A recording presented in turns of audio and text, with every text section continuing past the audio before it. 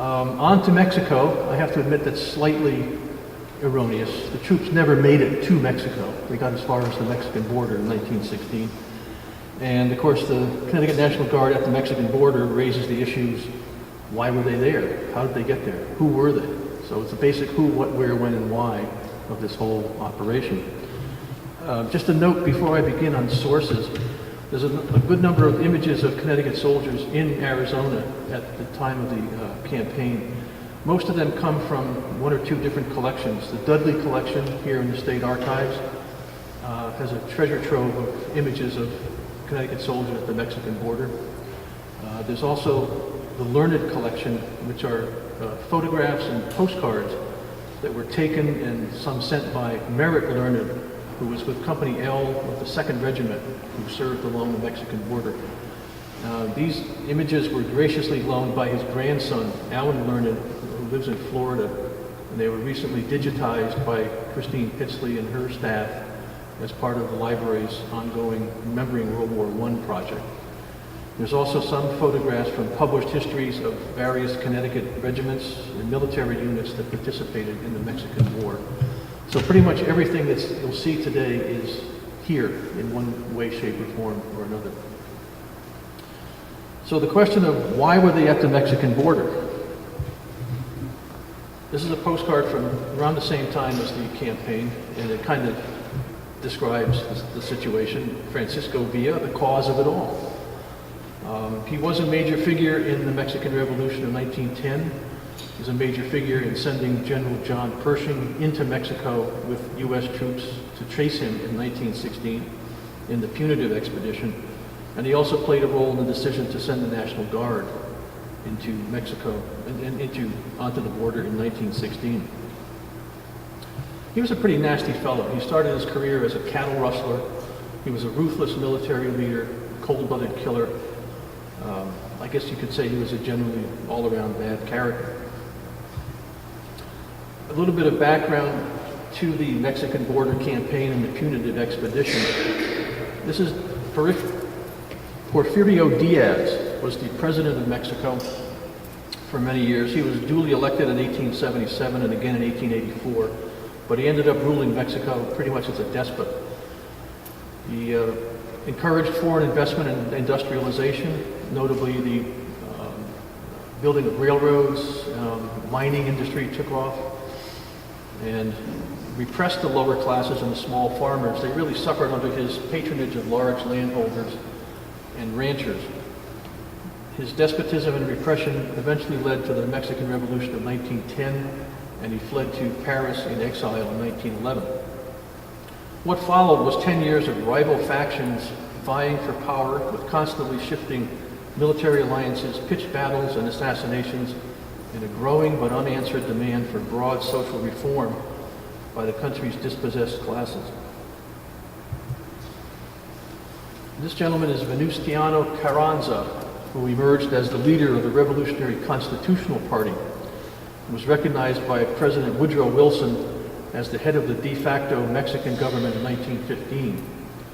Villa was allied with Carranza for many years and was in command of troops in the state of Chihuahua and northern Mexico.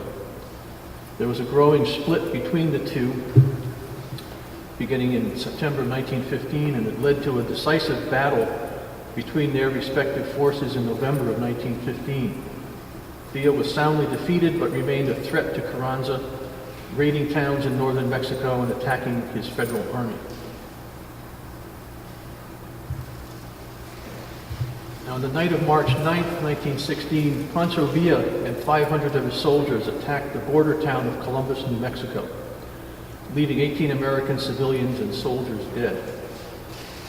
The attack on Columbus was not the first time he'd killed American citizens. A few months earlier, a group of villistas, as his men were called, stopped a train in Santa Isabel in Chihuahua, forcing 19 mining engineers from the American Smelting and Refining Company to get off, and shot them all, with just one man surviving by playing dead. His attack on Columbus was intended to embarrass President Carranza and to provoke a response from the United States, which it did.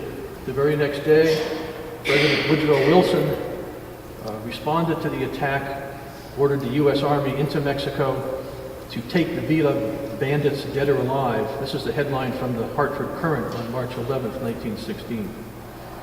There would be a large force sent into Mexico to chase after Villa and his men, bringing them back dead or alive. Interesting thing to see here is along the Texas border and New Mexico and Arizona, which is where many of the National Guard troops would be, there had been a series of forts constructed beginning around the 1850s when the Gadsden Purchase added this territory to the United States and actually created a border. So there was a U.S. regular Army military presence along the border for many years. And this is where the troops that had been killed in Columbus had been stationed at a fort near Columbus, and that's why they were in that area. This is a cartoon done by Clifford Berryman in the Washington Star. It just kind of encapsulates Wilson's response to Pancho Villa's attack on Columbus. Columbus is still smoldering in the background as Uncle Sam leaps over the fence after Villa, saying that I've had about enough of this. Now, the Punitive Expedition took off around March 14th. Pershing was leading about 4 or 5 infantry regiments, 3 or 4 cavalry units, and a partial field artillery unit. And an interesting fact about this is that this was the first time that there was any kind of an aerial element to a U.S. military adventure. This is part of the 1st Aero Squadron. They were composed of Curtiss JN-3 airplanes, known as Jennies. And there were 8 of them assigned to the 1st Aero Squadron that eventually flew into Columbus to support Pershing with reconnaissance missions while he was chasing Villa through Mexico. One interesting fact, this gentleman here, Benjamin Foulois, who was the commander of the 1st Aero Squadron, was a Connecticut native. He was born in Washington, Connecticut. But this was the first time that the airplanes were used to fly in support of a U.S. military operation.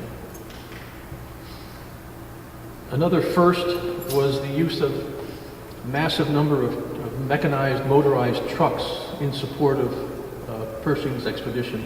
This had not been done before in a U.S. military expedition of any kind. And in a way, the use of the airplanes and the trucks looks forward to the use of mechanized warfare in World War I. And in that way, it's a kind of the expedition and the border campaign were presaging American involvement in World War I. This was the route that Pershing took into Mexico. It was about 400 miles from Columbus down here to the town of Parral, which was the farthest south that the expedition got. Part of the problem with mechanizing Pershing's expedition, the mountains were a major obstacle, and the high elevations, the planes were not well suited to flying in the thin air over the mountains. The heat delaminated the wooden propellers, and they were constantly in need of repair and basically crashing almost at the drop of a hat. And the trucks had the same problem with the dry roads, dusty conditions. The motors were fouled. It's a good thing he had some cavalry with him, because those were the fellows that were actually able to make it around the mountains pretty easily.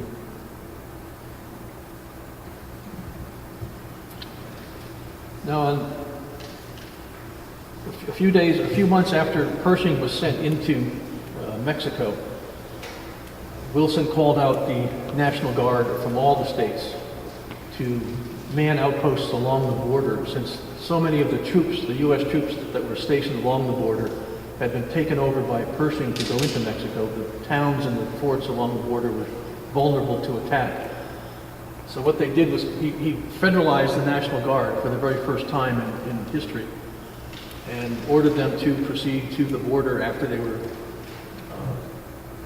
had to get their troop strength up. So they went into mobilization camps, spent some time there, and then were taken to the border. And one of the provisions about Wilson's calling up of the National Guard. It's this sentence here. This call for militia is wholly unrelated to General Pershing's expedition and contemplates no additional entry into Mexico, except as may be necessary to pursue bandits who attempt outrages on American soil. So the Guard was specifically prohibited from going into Mexico except in very specific situations. And this is a listing of the total number of troops sent to the Mexican border by each state. The total was around 156,000. Connecticut, as you can see, sent about 3,300. The only state that did not send National Guard is Nevada, which did not have a National Guard in 1916. It hadn't formed one yet. So there's about 150,000 National Guard troops being sent to the border in 1916. This is a further breakdown of the National Guard units called out. There were about 115 regiments of infantry, about 50 units of cavalry, and maybe 35 or 40 units of field artillery. So these fellows were all called into camp, mobilized, sent to camp, got on trains, and went to Mexico over the course of several weeks in June. This is a listing of the actual units of the Connecticut National Guard that went to Niantic to prepare for the trip, and then to Nogales, Arizona, where they ended up. So it's the infantry, the cavalry units, signal troops, hospital companies, an ambulance company. The total of about 3,000 soldiers from Connecticut went to the border. These are some of the images of Troop B, the cavalry. This is their armory on Farmington Avenue in West Hartford. It looks a little bit different today, but it was built in 1913. It's right across the street from the Butterfly restaurant, if you're familiar with that. Not too far up Farmington Avenue from the AAA office. Images of the troops on their way toward, they camped overnight in Marlborough and arrived in Niantic on the 23rd of June, 1916. They're crossing the Founders Bridge here and marching down Main Street in this photo. And the Hartford Courant reported on their departure, throngs in the streets shout approval of Troop B as they leave for Niantic. There was broad general appeal and approval of calling up the National Guards to go to Mexico, to go to the border. On to Mexico was kind of a slogan that appeared in the papers and was on people's lips while this was happening.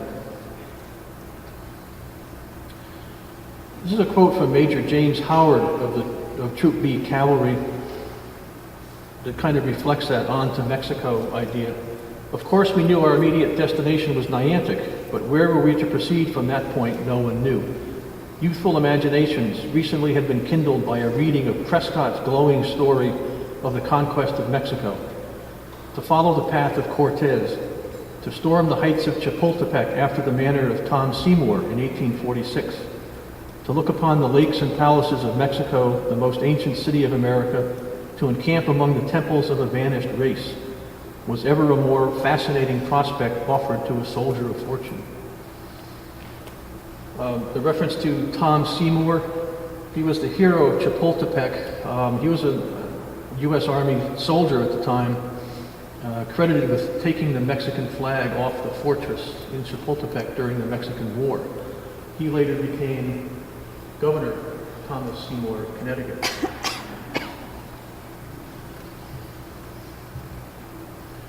So while at Niantic, soldiers honed both physical and social skills before heading to the border. There were a lot of visitors to camp in the days before they left. And Private Ernest Smith of Company L in the 2nd Connecticut Infantry wrote in his diary, "Nothing of importance happened at Niantic, only regular camp routine and rain." Seems to be a constant in Niantic. Any reference I've seen to soldiers in Niantic, anytime during their history, it rained. They always complained about that. So we have a former National Guard soldier here can attest to that, right, George? This diary that Private Smith kept is something that the museum acquired several years ago with other pieces of his military life. Governor Marcus Holcomb was a strong supporter of the troops. He visited with Captain Davis of Troop B at Niantic. And we have Governor Holcomb's portrait here behind us. It looks like he's taken off a little weight when he had this portrait taken.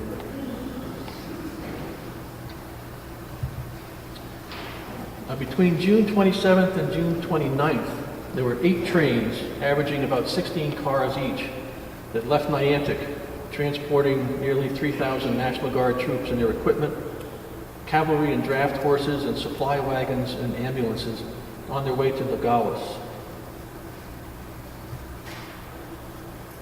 And these are men of the Company L, the 2nd Regiment in Meriden.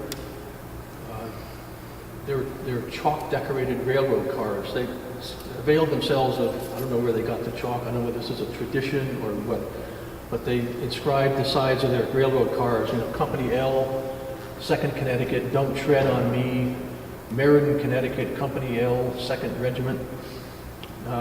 Didn't set too well with some of the officers. The entire sides of the coaches were covered with slogans and pictures drawn with chalk. Some of these were not very complimentary to the Mexicans, requiring the use of soap and water, much like the treatment mothers used to give little boys for using bad words. This is an interior shot of some of the soldiers from Company L. The effort to get all these National Guard troops from all over the country to Mexico required using just about every piece of rolling stock that the railroads had. And there are reports that many of the soldiers, some of the Connecticut soldiers even, were sitting 3 soldiers abreast in a 2-seater all the way from Connecticut across the Midwest and down to Arizona. So it was not the most comfortable trip to be made. This is a map that shows the route of several of the companies from Connecticut. The route they took from Niantic up through Danbury, Poughkeepsie, through Pennsylvania, across the Midwest, and down eventually into Nogales on the border. And you have to remember that at the time, this route could have been repeated any number of times with all those 150,000 soldiers moving at pretty much the same time, funneling down into these small towns along the border. It was probably pretty chaotic, but the military trains were given priority over civilian trains at the time. And Captain Strickland of the Connecticut National Guard wrote that all along the route, great crowds gathered to wave and cheer as the trains pulled through the various towns and cities.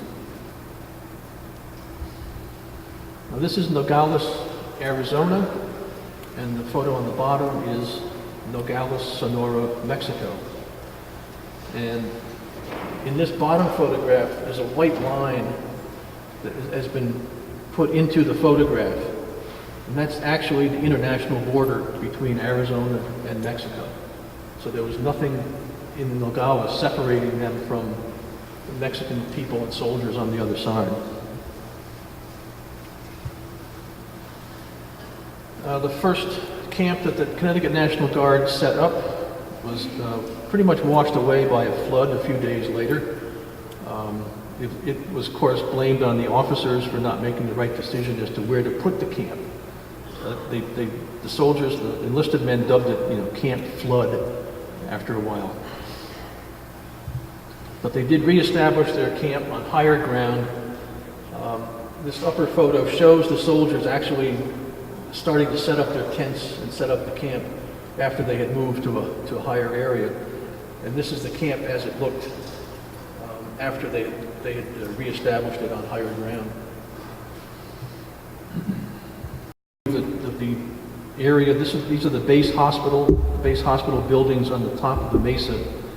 And you can see Merritt Lerner in this image has identified the location of the 1st Connecticut Regiment and the 2nd Connecticut Regiment camps. There were camp routines established pretty quickly, and you wonder if the fellows in this line getting chow realized that the guys peeling their potatoes were probably getting a few things into the potatoes that they hadn't thought about. Might have added to the flavor, who knows. An image of the international border between Nogales, Arizona and Nogales, Mexico, where the patrols were begun soon after their camp was established. This is actually the international signpost, if you will. That's the line of the border, right where this goes. You can see the National Guard soldier here and a Mexican soldier on the other side. Now, I guess the contemporary term for this is an embedded reporter, but the Hartford Courant sent Tyler H. Bliss, a reporter on their staff, to accompany the Connecticut troops to Mexico, I keep saying that, to the Mexican border. And he reported back to the Hartford Courant and their readers every 2 or 3 days while he was there, while the troops were there. And he was able to keep the home folks informed as to what their sons and fathers and brothers were doing. This was an interesting quote from his report on August 16th.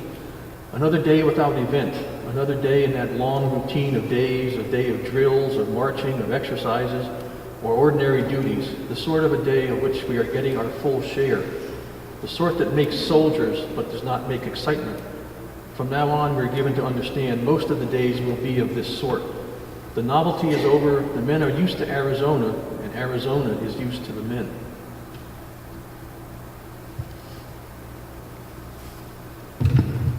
This is another excerpt from Private Schmidt's diary of August 18th, 1916. He noted that an Army YMCA building had been erected in camp for use by both officers and enlisted men of the 1st and 2nd Infantry Regiments. It was erected and maintained by Mr. and Mrs. H.W. Scoville of Watertown. Pardon me. Scoville was an officer of the Scoville Brass Company in Waterbury.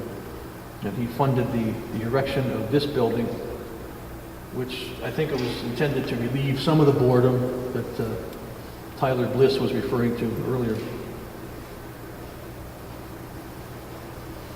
Connecticut troops also patrolled other areas of Nogales. Private Smith reported on August 19th that he was on guard at 12:30 p.m. in the red light district in Nogales.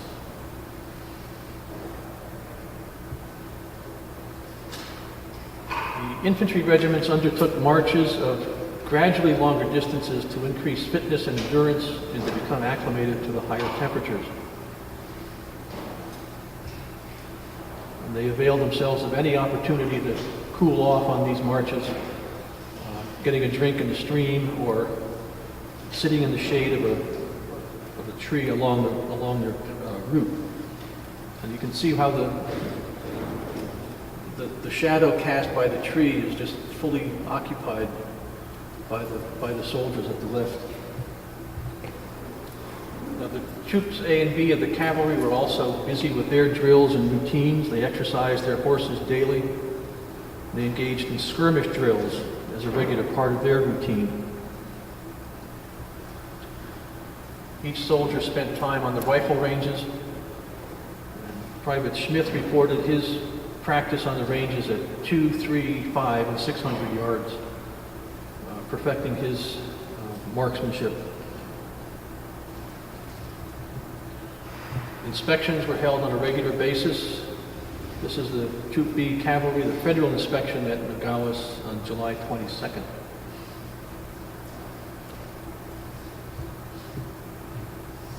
And Private Smith reported that they were inspected by the 12th Army full equipment on their parade. The 12th Army was the regular Army unit, was an infantry unit attached to Fort Furlong in Nogales along the border.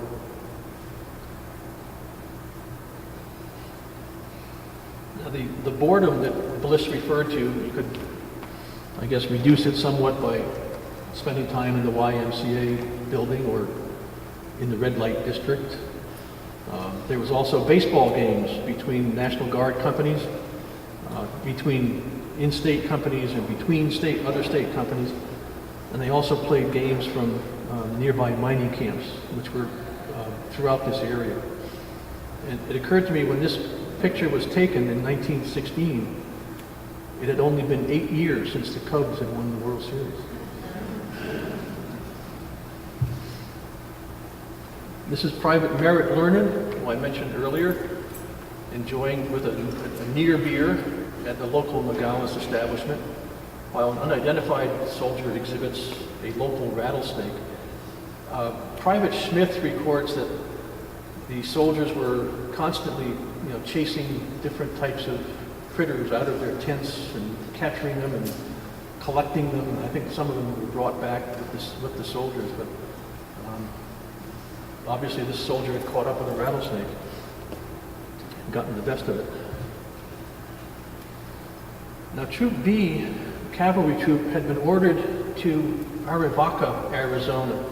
It's a small town in the mining district northwest of Nogales on August 7th. They established a camp and began mounted patrols in the area. Apparently they were chosen because of their great efficiency in running the camp that they occupied in Nogales. They had no one reported on sick duty, sick call, and the sanitation in the camp was excellent, according to the federal inspector and the general in charge of this area. And he recommended that Troop B be the one to go to Arivaca and establish this camp. This is a map that was drawn by the Troop B troopers as they patrolled this area.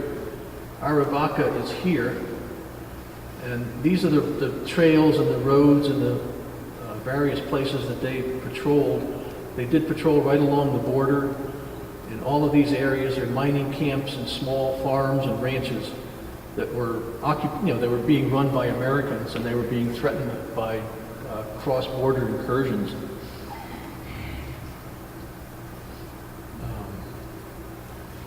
Troop B eventually returned to Nogales on October 11th. And again, with the infantry regiments, the shorter marches they had taken were the prelude to a longer training exercise, the 60-mile march to Fort Huachuca.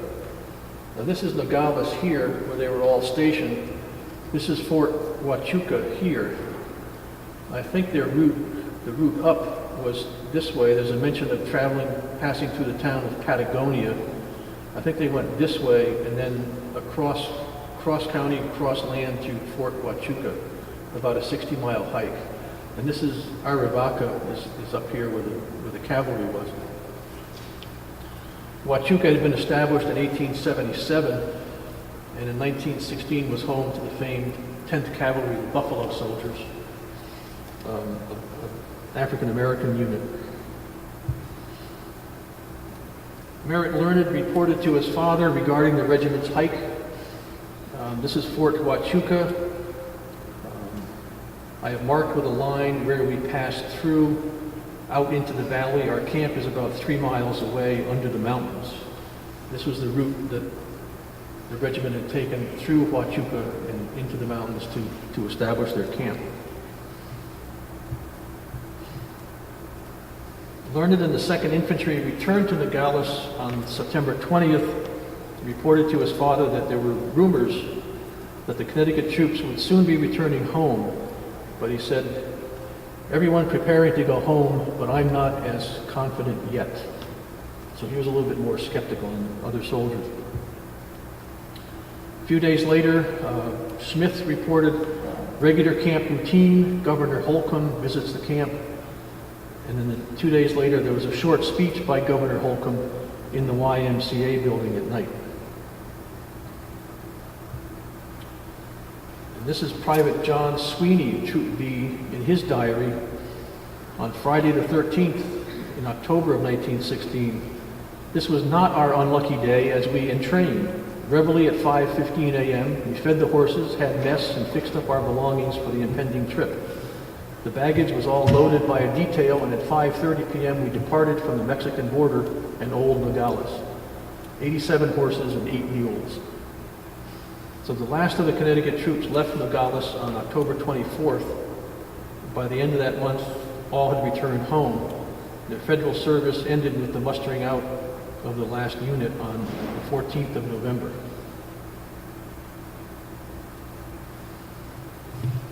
returning troops did get parades. There were parades in Hartford, in New Haven, and I know of another one in Winstead. I think some of the smaller towns had parades. October 27th, Hartford held a welcome home parade for the members of Troop B Cavalry, the 1st Connecticut Field Company, Signal Corps, and the 1st Connecticut Ambulance Corps. And this is a silk ribbon that was available for people at the parade. It says, "Reception, welcome to our boys home from the Mexican border, Hartford, October 1916. And that's also a recent acquisition in the museum collection. Now, Connecticut was not among the states that awarded their veterans Mexican border medals. States like New Jersey, Pennsylvania, Ohio, Minnesota, a large number of them did have special medals made for their veterans. But there were other things available. Many Connecticut veterans purchased commemorative watch fobs and medals shortly after their return home. There was commemorative silver-plated lockets. This has it's 1916 USNG for the U.S. National Guard, and it says Mexican border in here. And at the bottom is a souvenir spoon. It was made by the Wallingford Company, which later became part of Wallace Brothers in Wallingford. And it has a camp scene in the bowl. There's a soldier standing with his rifle on his shoulder, and it says Mexican border 1916. So there were a good number of souvenirs available for the soldiers and the general public. This is an interesting, I found this on eBay several months ago. It's the only piece I've come across like this for any of the Connecticut units that went. It's a roll of honor listing all of those members of the Company A, 1st Connecticut Field Company Signal Corps, who served at the Mexican border in 1916. This is a photo from, I believe, the Dudley collection that shows some of the Signal Corps operating their equipment in Arizona. But this has, I believe these are two scenes of the parade, either Welcome Home Parade in 16 in October, or the parade of the troops going down to the trains to get down to Niantic early on in June. The Mexican Border Service Medal was established by an act of Congress on July 9, 1918. All National Guard soldiers who had served at the border were eligible to receive it. I'm not quite sure why it took almost 2 years to have that approved. The federal troops along the border had a medal made for them within 6 months after their service. It was authorized by the War Department.